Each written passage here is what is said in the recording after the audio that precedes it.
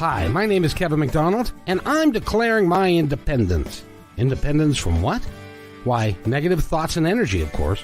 Chief among them, hate, division, and fear. You see, I know that we're all one, and together we can solve any problem, save our planet and each other. Please, join me as we come together as one and choose a better way to be. So now, let's begin with my independence report.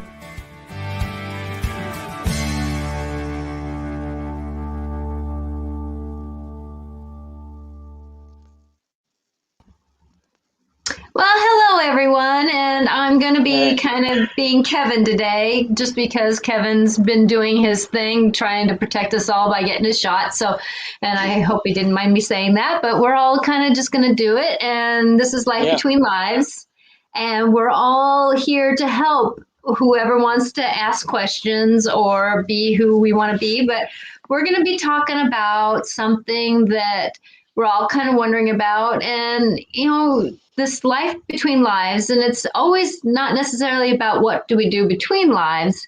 Sometimes it's what do we do at the end of our life, or the transition out of this life, or the transition into this life. And so it's kind of making those decisions. And I know that I'm kind of probably the unique one between the two of you, because I remember that whole process of coming into this world. And I kind of have those remembrances of leaving other ones just because I tap into my past lives so much. But, I kind of give a unique perspective on just kind of like, I remember standing at I don't want to call it a podium, but it's that kind of that moment where you're saying, this is what I want to do in this life. This is not what I want to do in this life. And I remember that. And it wasn't a meditation. It wasn't past life. It was just me going, oh, yeah, I was there. Okay. Type of thing, as I do. And Regan knows this, that I just kind of zap there and I'm there. So, I think that maybe that's, we got so many people crossing over right now. Pets, loved ones crossing over. And I knew that there was going to be a doorway for a big crossover back in January of this year. And I knew that there was going to be another one around this Easter time, the April time. I just got that intuitively. And so with that we're having some of these that are crossing over, and it's not because of COVID. Like I had a friend, my husband's friend, who used to work with, had a 21-year-old daughter who died of a brain aneurysm. And, just those moments before she went. And, there's just these moments where it doesn't always have to be because of an illness or that kind of thing, but it is because of a situation. And so I just want to give peace to people, knowing that they're not going, it doesn't matter what our belief system is, that it is about where we're going. And, religion doesn't necessarily stop us from where we're going. We usually all go back into that one place. And I know, Diana, that, you have that perspective too. And so if, while Regan seems like he's getting himself settled where he can be. No, you're good. I'm actually grateful that you are getting this. But, there's that perspective of that, religion doesn't stop us. And so I've had a friend, or my, husband's ex, or, there's somebody that I know that even said, is my dad okay? Because I know that he thought in this religion that he didn't go anywhere, and I'm just worried about that. And I'm like going, he's fine. Yeah, I go ahead. I find that people are always asking that question. I had a woman whose mother died of dementia and was wondering if the dementia kept her from going home. And so when her mother died, she and her husband were in the room trying to bring light into the room, dancing around like crazy people.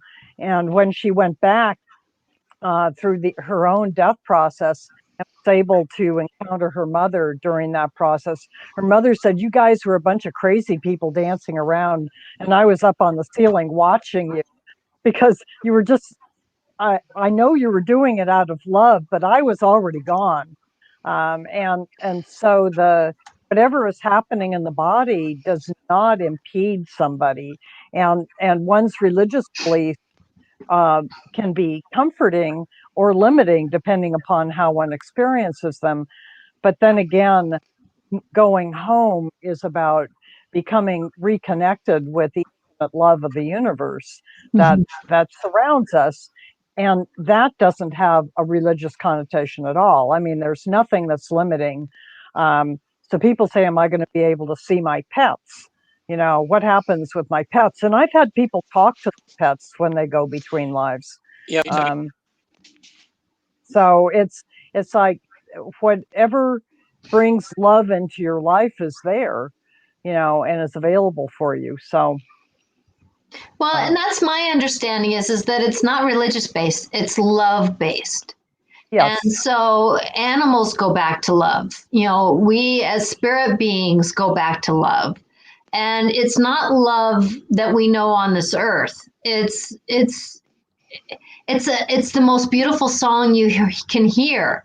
You know, because I remember the moment where I had a spirit come to me after 9/11, and I helped this spirit, this wonderful woman, you know, say goodbye to her family, you know, realize that she was leaving her body first, and then we both looked up when we came out of her house after she said her final goodbye, and there was these circular of angels, and the song they were singing these souls home was, I can't even put words to it because it was, I mean, I just get chills. It's that kind of love. And, you know, you just, you when you know it, you hear it, you feel it, you just kind of, you can't express it on this earth because our physical bodies don't know that kind of love. Even though I love, and my husband has felt this love that I have from him, even when he was yelling at me, you know, when he was drunk. You know, there's these moments where you just kind of show this love, but yet the physical body sometimes can't be receptive to it because it's not something we understand in a way. And so it's just one of those things that, you know, I just want to give people peace about where these interactions go. So, Regan, is there something that you wanted to add? Well, I was watching. I'm watching a video on the website again of going through a life between lives, and in a past life, she was strangled by her husband or significant other, and so when she first left her body, she was very angry. You know, looking down and going, "Oh, I should have fought back," and then there was the facilitator, which Diane and I do. We say, "Well, what's next?" And she said, "There's more here." And so the facilitator says, "Well, okay, go through the door." And she says, "I can't." And he says, "Why did you can't?" And then she says, "Too much anger." You know, like we're keeping her from the other side because she was still holding too much anger. So he says, "Well, let's move forward to when you finally did the door." So she went through the door, and she's still feeling a little angry or something. And then the facilitator says, "Well, what is?" You know, she would teach her and said, "What's happening now?" And the guy told her, said, "You didn't die." And she's having this realization that, yeah, I'm still here, you know. And it's kind of a cool aha for her in her face, like she when she got to the spirit world again, you know, she's realizing, okay, I think that's kind of weird, but I'm okay, you know. Mm-hmm. So all the people that died of COVID and everything, and everybody, you know, the work we do, we know that they're perfectly fine. You know, they came down here and lived their life, and it was time for them to go. So you don't need to worry about them and everything, and that, but they're fine, you know, Mm-hmm. over there. But it's interesting just to see that transition where when someone leaves the body, they're not always.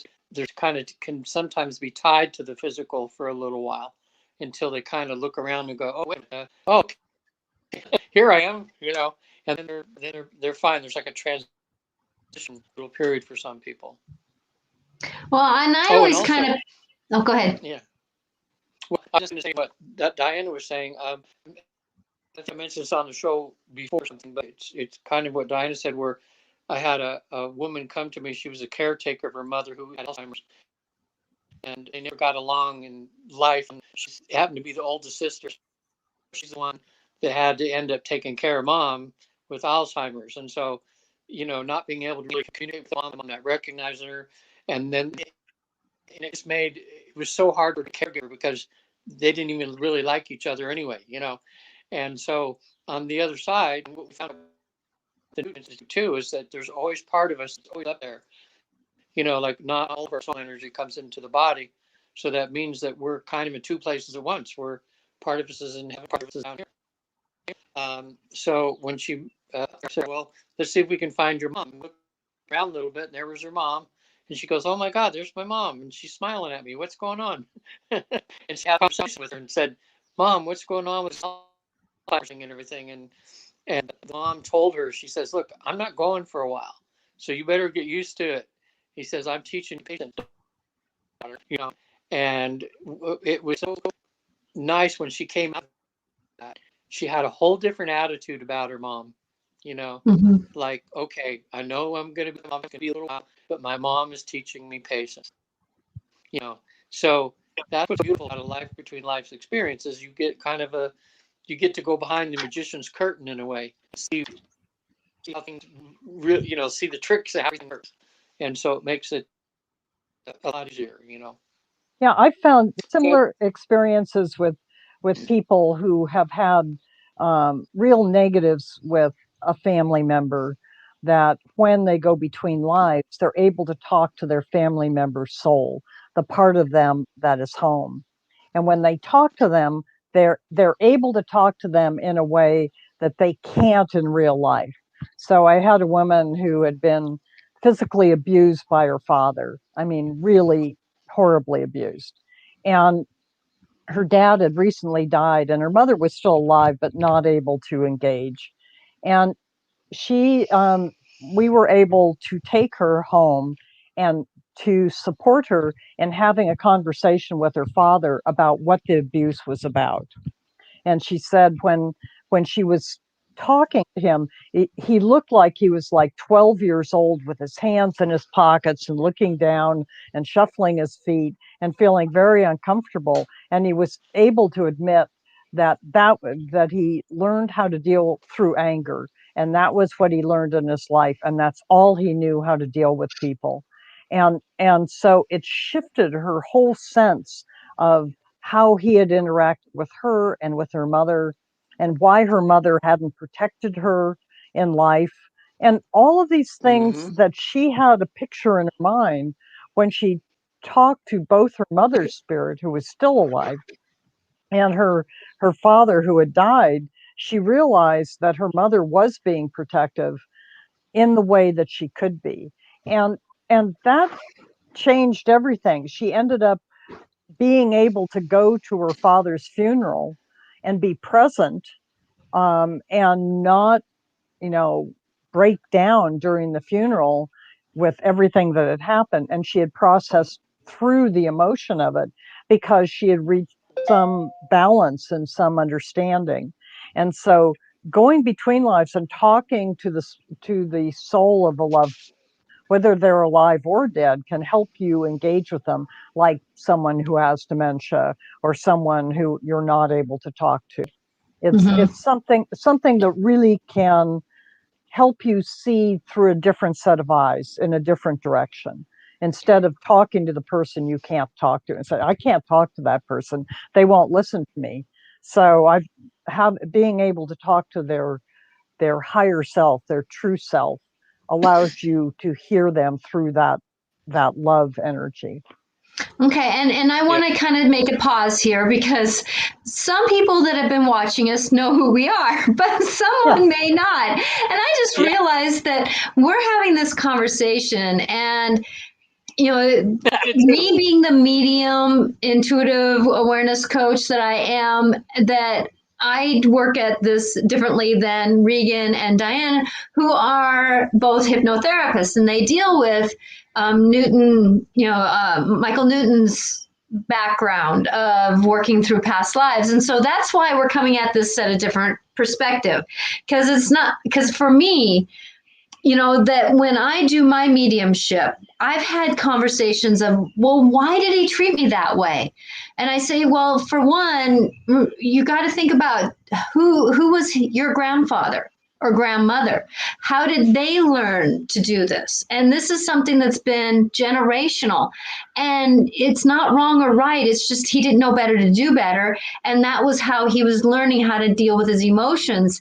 And so when he came to you, he loved you so much, but he didn't know how to be, and that's sometimes my conversation. And it's like, oh, that makes more sense because it's a bigger picture that they were seeing instead of it was about them, and so with that, that we're all kind of on this path to learn experiences. I'm tired of lessons.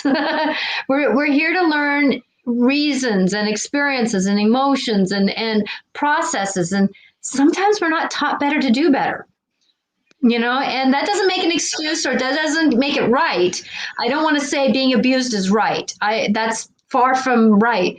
Yet at the same time, though, sometimes it's out of our control. And even us being someone, and I know that, Regan, you have said this on air. And so I know I can speak of this because you have put it out there before, that you too have dealt with anger issues. And that you learn to do different because you are open enough to go through the process of understanding that I'm not to stay that angered person anymore. And that's the difference between someone who's more enlightened, I'm going to call it, than someone who's just, I can't do it. I don't want to do it. I'm not seeing any other way to do it. And they're very closed-minded because maybe that's the way that they were supposed to come into the soul, was that they weren't supposed to see the bigger picture. Some souls just say, I just want to do my daily job. I don't want to know anything. I don't want to see anything. They're just so closed off, but that's what they wrote down. I want to experience the bare minimum, when they the contract to come in. And then there are souls who in their experience, if we have a soul experience and we also have a genetic generational experience, that we can come in with a lot of generational trauma, so that the mom and the grandmother and the grandfather and everybody who's in that lineage may have trauma. And a child who is born to a mother who is in trauma at the time they're born is developing with that trauma in their system, in their biological system, and may come in already with some traumatic damage, and that's part of the journey that they're on in this lifetime. And that is something that sets them up for the experience of the lifetime, but it makes it very hard for them because they don't know coming in, and it may take them, their whole lifetime to figure out where they are. And so there are lessons that one knows about, and then there are lessons that one doesn't know about that you have to explore. And that all is not revealed at the beginning. It's like I always say that we come in with a plan, and when we're born, that plan gets left behind and we don't know what's on the piece of paper. So we don't come in with a rule book, and we're given a toolbox, but we don't know what's in the toolbox. And it's like it's an empty toolbox, and we have to figure out what the tools are. And you don't know the difference between a hammer and a screwdriver until you use it. And you don't learn to use it until you have a reason to learn to use it. So over a lifetime, we begin to explore, and it doesn't come at once. But we're not sent here without tools and without resources. We always have the resources, we just have to find them. And sometimes that's part of the lessons or the challenges is finding your resources. So Regan, did you want to add something? Well, this week I've thought about this many times. I don't know quite how to explain it all. It's like I kind of sometimes try to understand things, but you don't know how you do. And like it's not an issue, but I thought it's interesting that we talk about the higher selves, and when we take through this life between process where they actually blend back in with their higher self. Like when I did myself, I felt like it was Solomon, like I could just answer a question, not anything.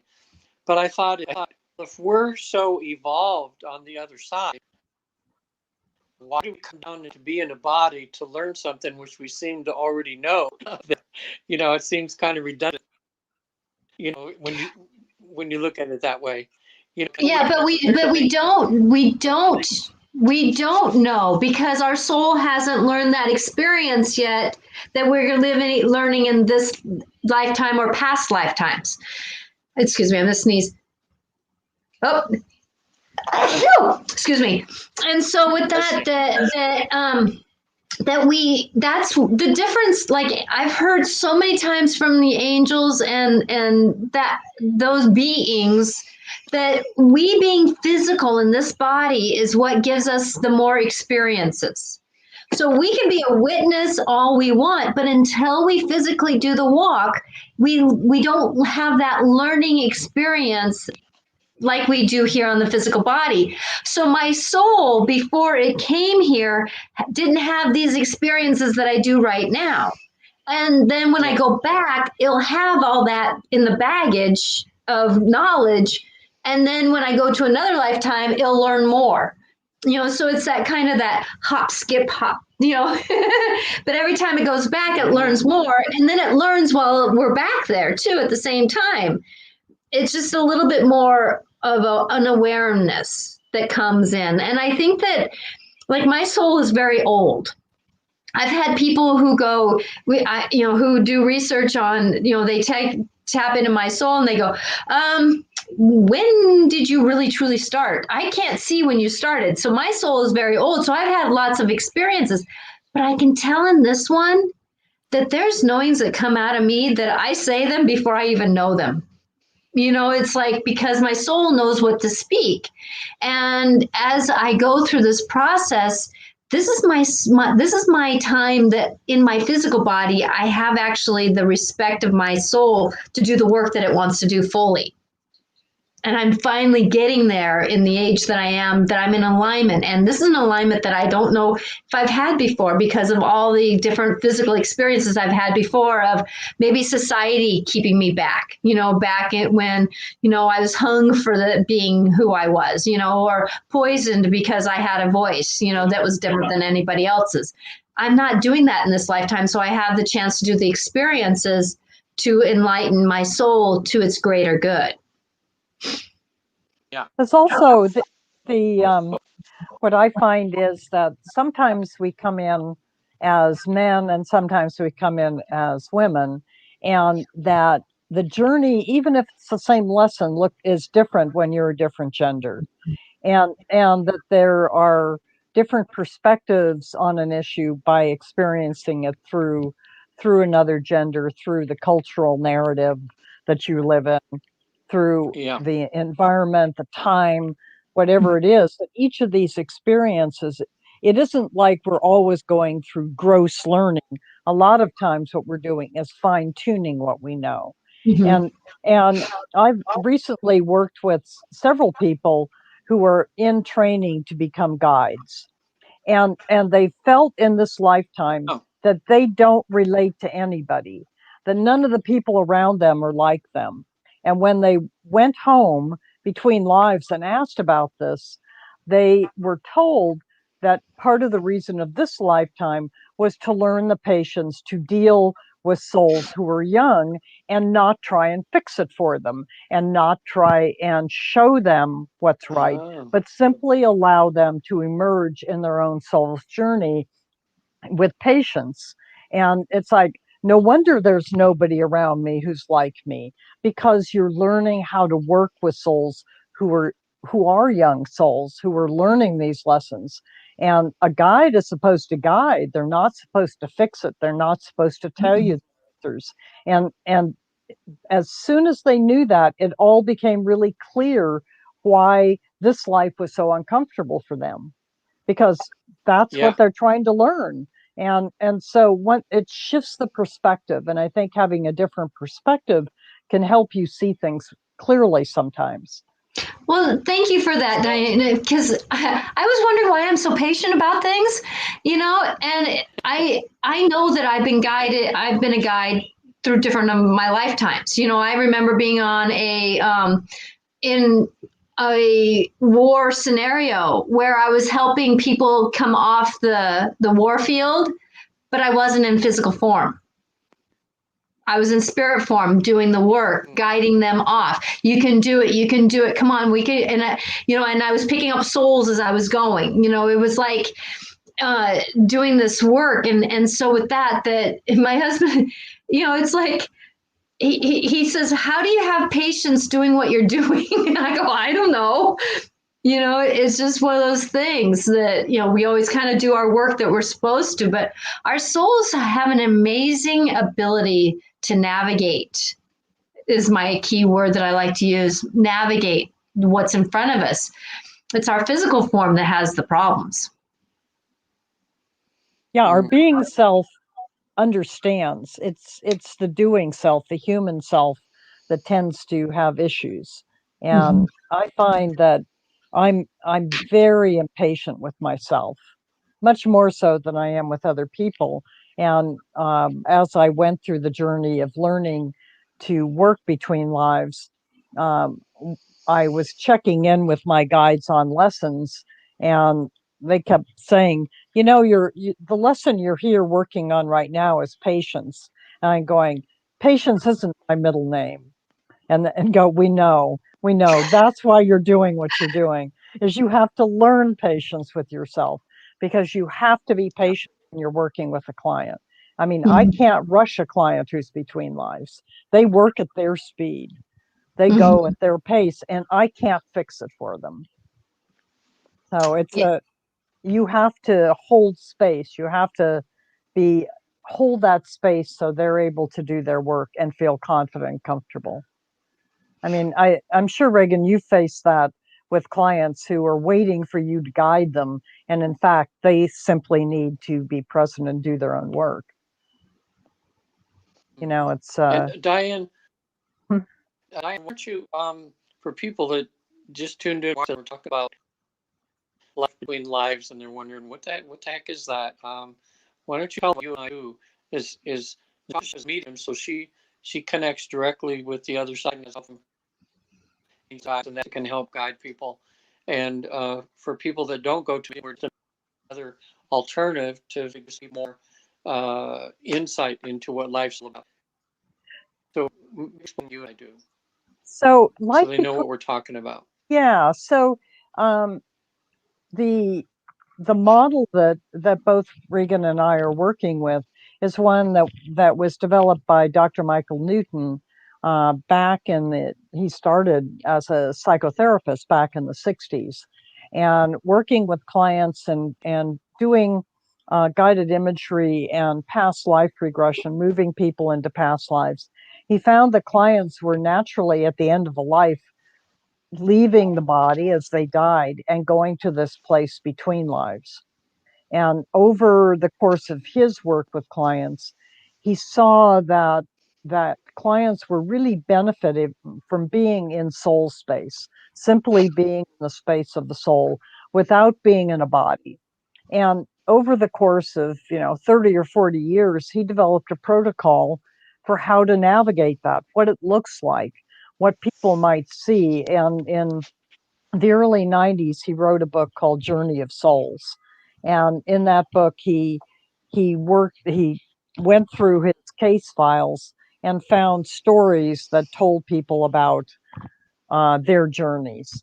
And the Newton Institute developed from Michael's work, and Regan and I are both certified therapists certified by the Newton Institute. And we practice that same protocol that Michael developed, but has emerged over the years and has been updated more often. And it builds off past life work.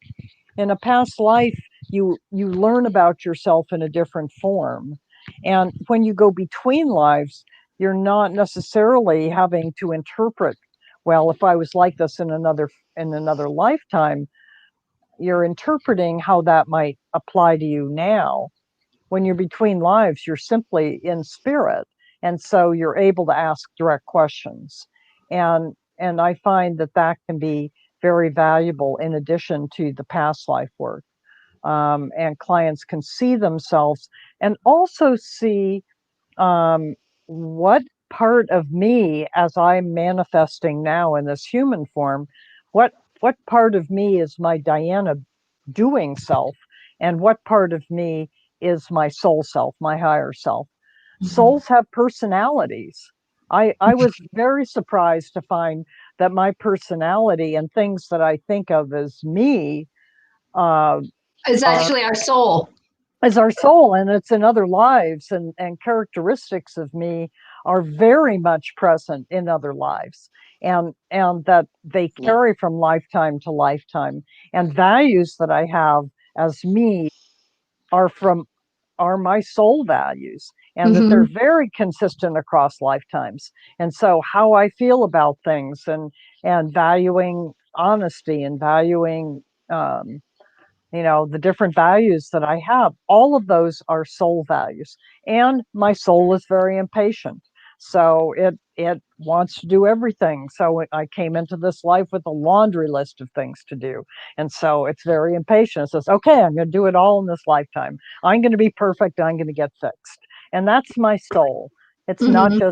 It's not just my Diana, it's my soul self that is always impatient. And that's what we find. We can find that and see how we are in other lives and how we are between lives. Well, and that's where, Yeah. like And for all those years of me living with my husband, who we just celebrated our 30th wedding anniversary, and 22 of those years he was an alcoholic, and he was a very depressed man. So it wasn't always a happy, he was not always a happy person when he was drinking. And anger, when you're depressed, a lot of times anger comes out. But there was always a part of me, and my husband and I are like my parents. We've spent many lifetimes together, interweaving, doing different work. There was a part of me that knew there was somebody else underneath that persona of the alcoholism. And so with that kind of helped me see the kindness that I saw in his soul, the respect that he had for people, the honorship. I mean, he was a man that even though he drank all the time, he put money in the bank. He was at work on time. It's like he had all these integrity things that were his soul talk, not the alcoholism talk. And so with that as we've walked and as we've done things, it's kind of nice to put these words with the way that I navigated my life in a way, because sometimes I just do things that I don't have words for. So thank you for this conversation. Actually, it's given me some language to my life. yeah, and for people watching, this process is so easy that you would be totally, it'll just totally blow your gasket, I say, because wouldn't you say, Diane, between 80 and 90%, within one or two sessions are successful, and some even 90 something percent. So, that means most of you that want to go through this process, and there's certificates now spread in 40 different countries. So pretty much if you go to institute.org, there's a list of therapists in your area. And now we're doing it, we're finding we can do awesomely on Zoom.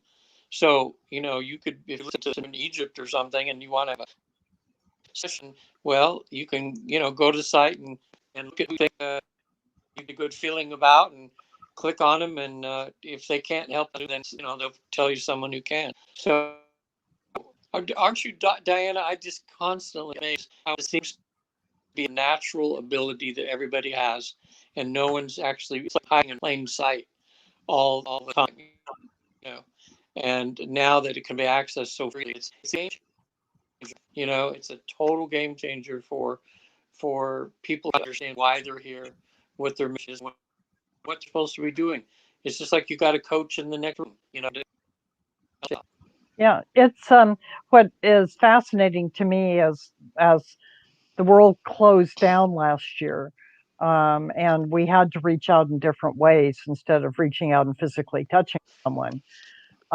That the world opened up with Zoom, and the Newton Institute had never really looked at working online and having people work online, although we had members who were doing that. But more and more, we were finding the people were beginning to reach out.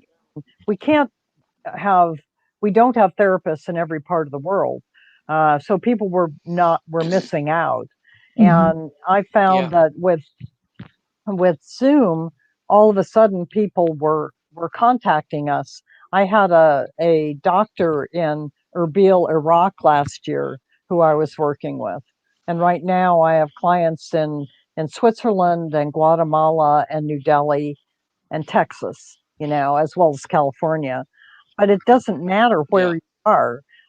I do find that if you've read Journey of Souls and Destiny of Souls and read these books, we come to it from wherever we are. And sometimes it takes a little preparation on the front end to feel comfortable and confident to go into a deep trance state. So sometimes it takes more than a session or two of getting comfortable so that you're able to open up. And once you're in that place, you can do the work. And that varies from person to person. I've been working with a young woman recently who had some trauma in her young life. And when she first came in to assess her skills, that trauma just popped right up. So we had to deal with the trauma before we could start doing the past life work. And that happens.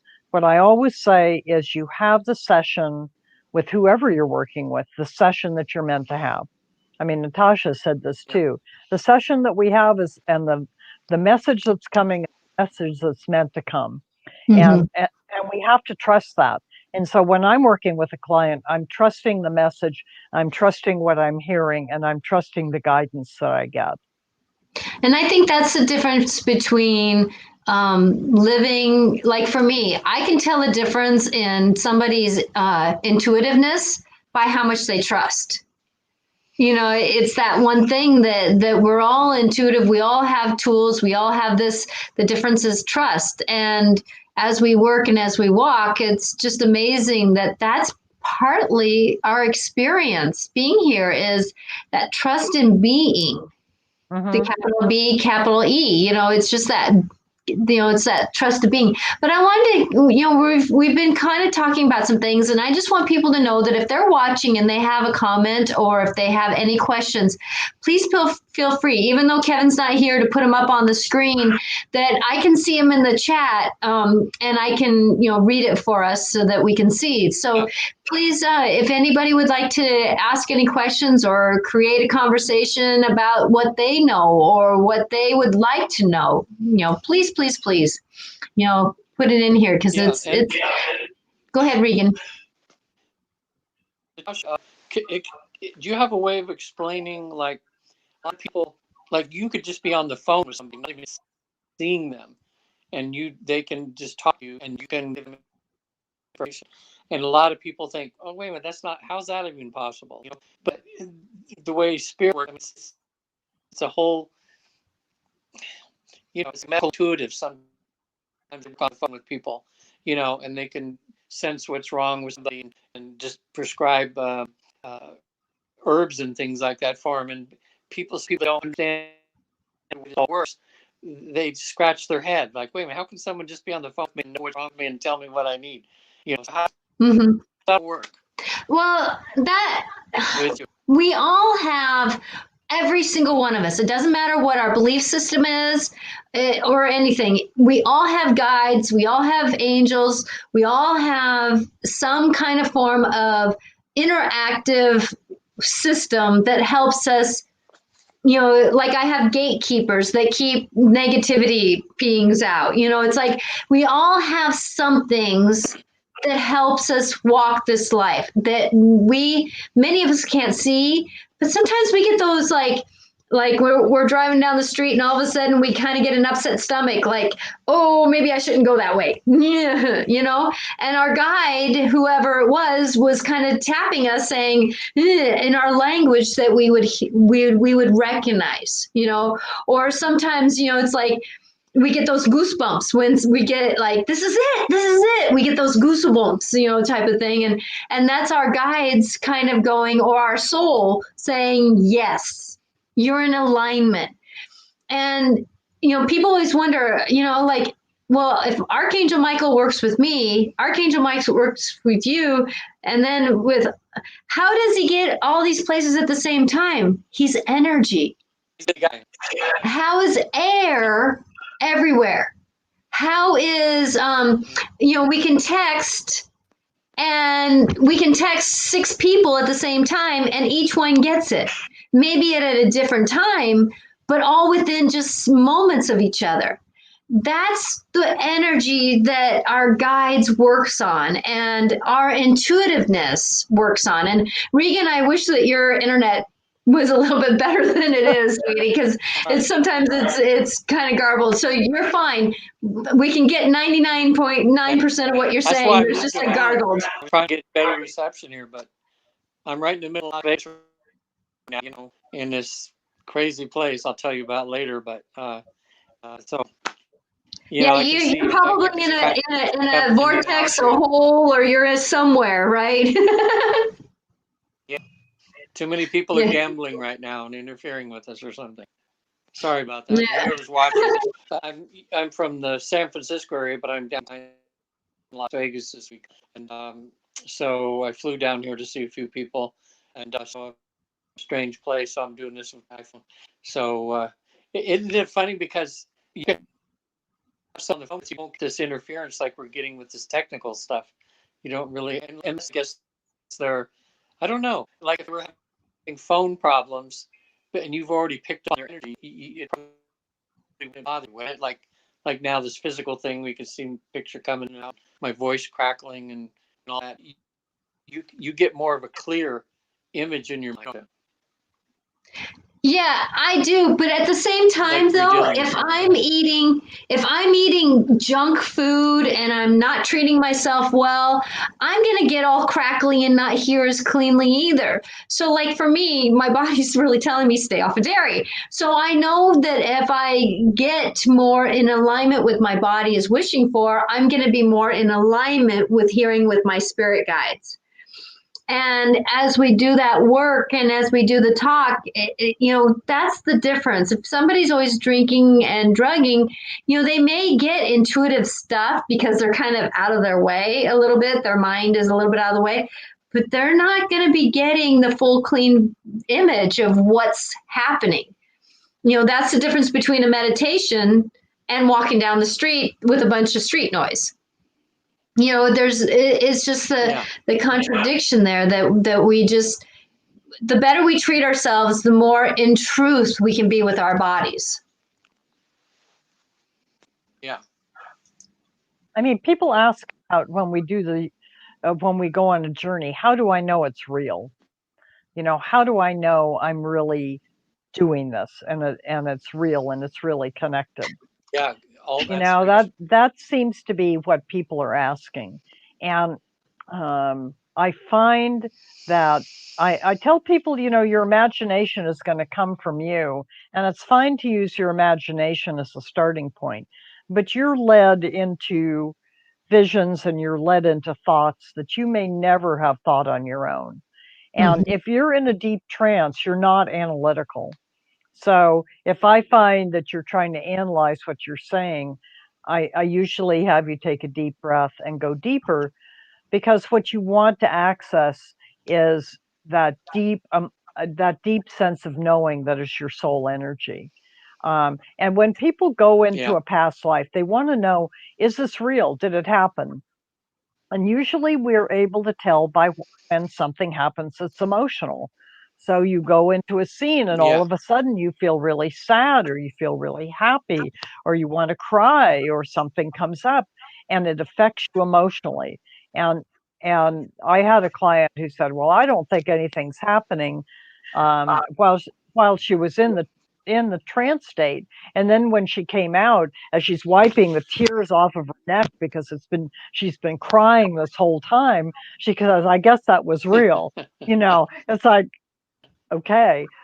So I find that if the conscious mind is interacting a lot, it can interfere with one's sense of what one's experiencing. And so the reason that when we're working with people in a trance state is that we take them into deep relaxation, so their conscious mind is off on the side observing and allows you to really experience the journey. It takes the conscious mind to the side and just allows the journey to happen without chatter, without analysis. And when you go into that state, you experience things. I find when people say, "Geez, I didn't know if it was going to feel like it was real or not," it felt real. And usually, what I'll say is something like, "Well, if you had been consciously choosing a life, is that the life you would have consciously chosen for yourself? Where you're living out on a farm and your father gets killed, and Right. would you have chosen that life for yourself?" Oh no, I would have chosen to be a king. So people choose these very ordinary lives that have very profound lessons, and that the lessons that they're choosing, because we set the intention going in, relate to their questions. And when we set an intention and they go into that life and they say, "I would never have chosen that life to go into, I chose it because it related, and it Yeah. totally related, but it isn't a life that in my conscious mind that I would have ever constructed for myself." And Well, I and think, that, oh, go ahead. Yeah. no, I just think that's one of the indications that you're actually experiencing, as opposed to just making something up. Well, and if we can apply that to how we get into relationships, it's like, do we get into a marriage or a relationship with a friend knowing what 2 years from now it will be like, or what our experience will be like? No, and that's part of the learning experience of the unknown that we're supposed to be. Like people always say, I want to meet my soulmate. Well, a soulmate is always going to be our greater teacher. And I can say my friend is my soulmate, my husband's my soulmate, my kids are my soulmate. So soulmate's not always about your other relationship half. It's about who's going to be your greater teacher. Each one of my soulmates each one of my soulmates has been my greater teacher to help me be my greater self. And yes, those experiences haven't always been smooth and easygoing, because sometimes when you're stretching out communication, you have to learn how to communicate, which means is, oh, I should have said that different. Like I always told my kids, it's not what you say, it's how you say it. You can say, get out of the house, or you can say, can you get out of the house? There's a difference in how we say something, but that's how we learn how to be in these physical bodies to be our greater soul selves. Yeah. A good topic maybe for people to tune in 2 weeks, if with the three of us here, would be our take on soulmates, because there's so much talk on that, so many different takes on what a soulmate is. And we talked about research that we found, because I believe now about 5,000 people go through this process. So we've got quite a bit of material here, and we could, talk about that, because that seems to be, everybody goes, that's like a hot topic. I got in my phone, and then they believe it's one thing, and they may not realize it, but they think, oh, this person I'm with, there's no way it could be my soulmate. We argue every day, and then they realize, oh my God, that's the best teacher. That person cares about me so much, they came down to be my significant other or my boss or something, to really bring me over the goals so I could learn patience or forgiveness or something. You think about a soul that would love you so much that they would come down and give you such a hard time. If you think about, I think of it like, if people, a lot of times they go to college, and the teachers they remember were the ones that were the toughest on them. They're the ones that didn't give them easy A's. They made them go back and rewrite their papers. So when they out of that class, they really knew the subject. But at the time they're going through this, what a stupid teacher, he's so mean, and all he was doing is trying to bring out the best in it. So a good topic, I think, for part of the show. Just talk about we talk about what we found out in students about soul group. About people you incarnate with, like an acting group. That go through many lifetimes together. Like, and over on the other side, how you kind of have your favorite soul you'd like to spend. If you had a choice, you'd want to spend time with the soul, but you're closest to them or something. I don't know. There's a lot to talk about. It makes for a great subject. Anyway, Life just thought about it while we were talking. Yeah, no, it's a good idea, because life is very complex. I mean, it's like I was thinking that, like the magicness of one time I got this image that there's an angel for every prayer. And then I got the image of everybody on this earth. And I got the image of everybody standing up and then everybody praying at the same time. And I went, wow. I mean, it was like, and then it's like, oh, well, maybe that's why they made 11:11 at different time zones. Yeah. It's like there's these moments where it's like, if people really knew. I mean, it's just like making Zoom work or making these. It's just amazing what's behind the scenes to make something happen. People say, why didn't I get that job right away? Well, if you really think about it, someone had to leave that job in order to make the job open. And then somebody had to make the decision to have you come into that job.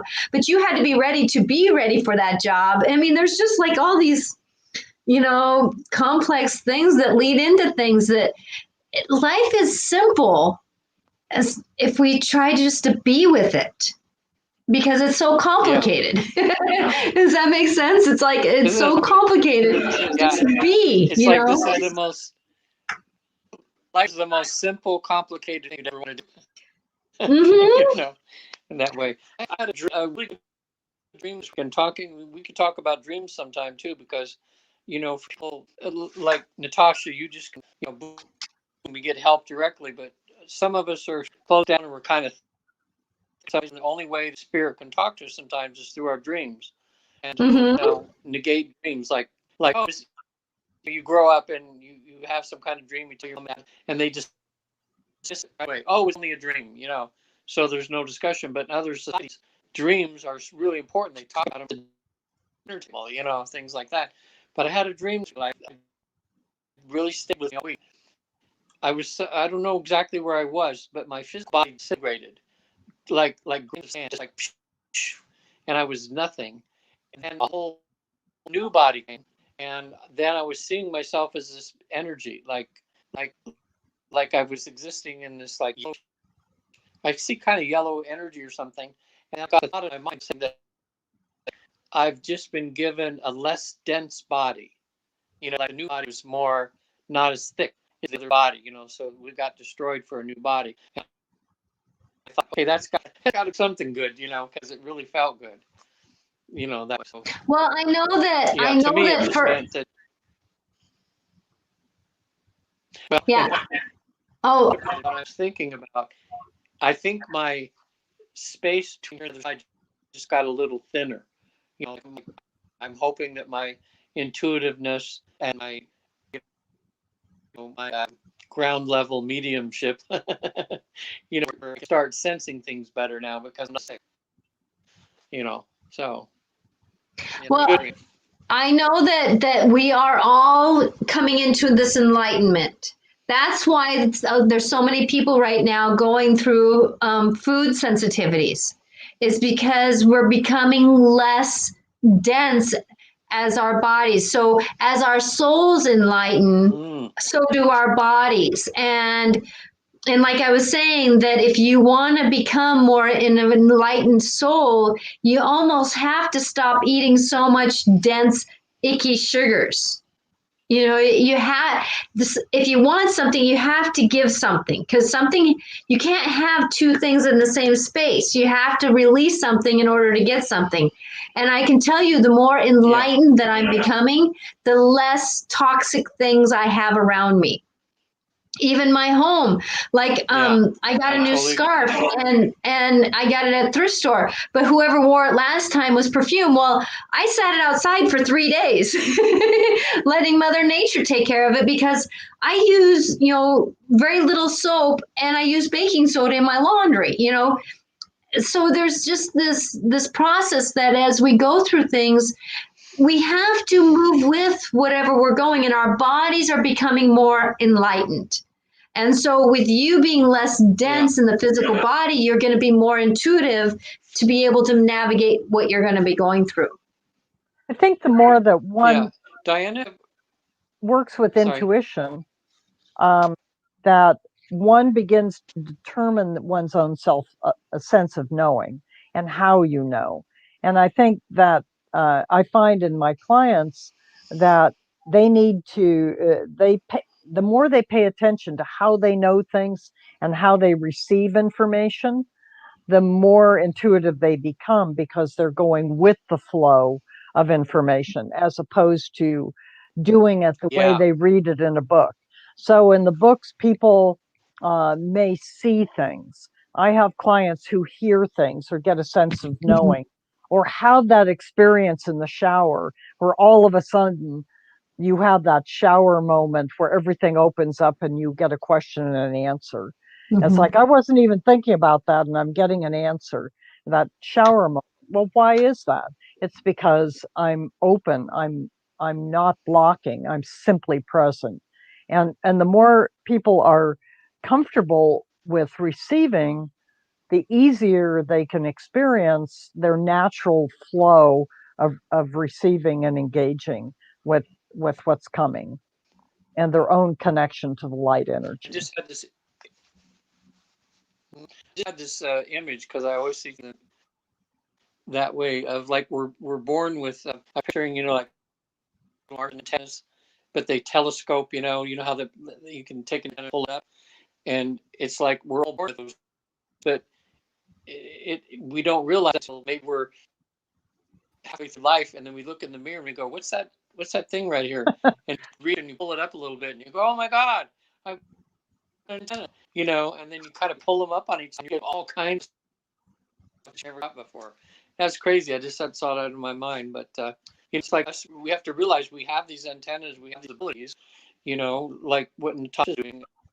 I mean, can you imagine, Natasha? There's so many people out there that could do what you did if they only antennas up.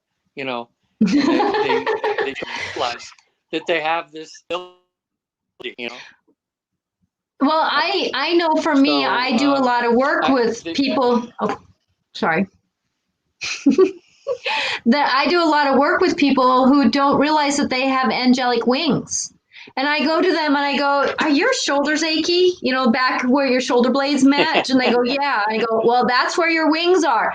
So it's time to unfurl your wings." And we go through a little 101 wing lesson, because they're finding out that who they truly are. And it's amazing to see them go, "Wow." And then they unfurl them, and it's like, oh wow. And if those that would see, they would just see that I unfurled mine. And it's like, it's just one of those things that for those that can see and witness, I'm doing this for them. But if you don't, that's okay. It's your truth is your truth. So it's one of those things that as we work and as we do, it's amazing how we're doing. But you know what? We're on 4:59 here. Time just flies. This has been great. Wow. The session I'm Go ahead. tonight for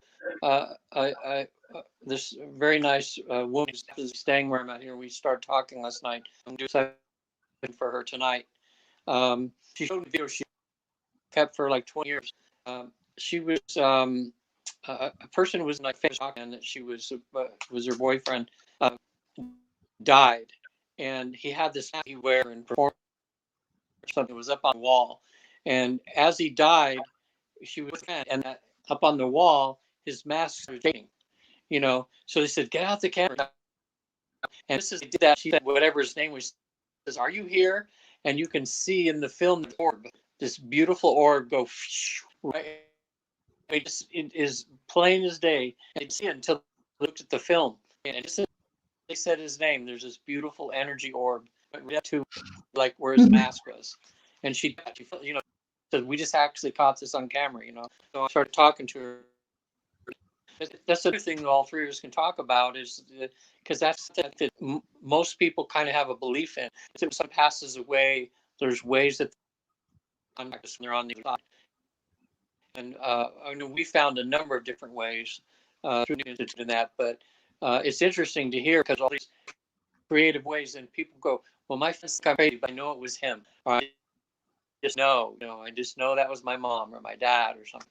So that would be interesting too. I'm writing things So down. is it already? Yeah. So we've been on over an hour. Is there anything you picking? Does Kevin need to worry about anything? Is he okay to see No, a doctor? Should he no. just wait this out? Wait, he just needs to process through it. His body was processing through the this thing, because this shot is giving us there's an illness that it is giving it, that are when we get the shots. And I noticed for Yeah. me that the people who ask for it to align to their bodies before, let this shot align to my body. And I think I even told you that, Regan, let this shot align to my body, let it do the work of COVID, and let it leave the rest of my body alone, that kind of thing. And it does help integrate in. Even going to like the dentist, I do the same thing. Let whatever the dentist is supposed to do, let it go with grace and ease, love and light. Let my body know that it's safe as it gets worked on. You do that before surgeries. It does help. And I don't know if Kevin did that or not, but it's just one of those things that when we get some shocks like that, it's good. But we're kind of coming up on the time. So, Diana, why don't you say some information on how somebody can get a hold of you, and any last thoughts that you would like to give? And Well, I am a Newton therapist, and my website is sfbayregressions.com. Or if you Google me, I will pop up because I have a rather unique name. And I do past life regressions and between life regressions, both in person and online. And so I'd love to hear from you, even to answer questions. Sometimes you have a question that you haven't had answered. So please feel free to contact any one of us. And thanks for letting me be here today. I appreciate you. it's been a blast. Thank you very much. This is awesome, Diane. I love it too. My name's Regan Forsyth, certified life between life therapist, and I also have a regular therapy practice on trauma and fears and phobias and anxiety, stress, that sort of thing. But you can visit the afterlife.com. There's videos on there that explain a lot of what we're talking about today. You can actually see someone going through a whole session if you want to kind of get an idea of what it's feel for it. There's also some really nice videos from Michael Newton on there when he was live, explaining the process and so forth. So, you need help, or even for digital therapy, someone that's suffering from PTSD or something like that. Even sessions work really good, and we have some really good traditional therapies that work good. Spiritual therapy. So, what about you, Natasha? You can reach me at angelicclarifications.com. I'm also I'm a medium, intuitive personal awareness coach. So I do a lot of work that lovingly these other wonderful people do, where I help people go through life. Why is this happening to me? What can I do to work through this? And that's what I enjoy. I do love to support someone finding them parts of themselves that they've left behind, or can manage a little bit of emotions that work through our lives. So Natasha Venter at angelicclarifications.com. And sorry, Regan, that today I cut you off a couple times. I apologize. It's like we hear you after you talk. Yeah, sorry about that. That's okay. I would like to talk with you after for a few minutes if I can too, Regan, if that works. And Diane, if you want to stay a little bit after. Okay. But I just want to say thank you, everyone, for coming. And I do hope this helps. And you can reach us at My Independence Report or Natasha Venter to find other videos about this scenario, or anything that can help you through this process of life. Because life is not meant to be a troublesome thing. It is meant to be a learning experience to help us be who we're truer selves are to be. So our traumas weren't always planned, but they came out because we're all human. So blessings to you on your journeys, and may you just know that in the next moment you may find out other information that will make more sense. So please know that if you're troubled today or in this moment, please take a breath and walk a little bit forward in your life, because you may just find a little bit more of an answer for yourselves. So blessings to you. And we'll talk to you later. Thank you. Everybody. And Kevin hasn't published Hey, and thanks for listening to this episode all the way to the end. Hey, pretty cool. Hey, don't forget to follow us so you can receive regular updates and new posts. And remember, take care of each other, because each other's all we've got. See you next time on My Independence Report.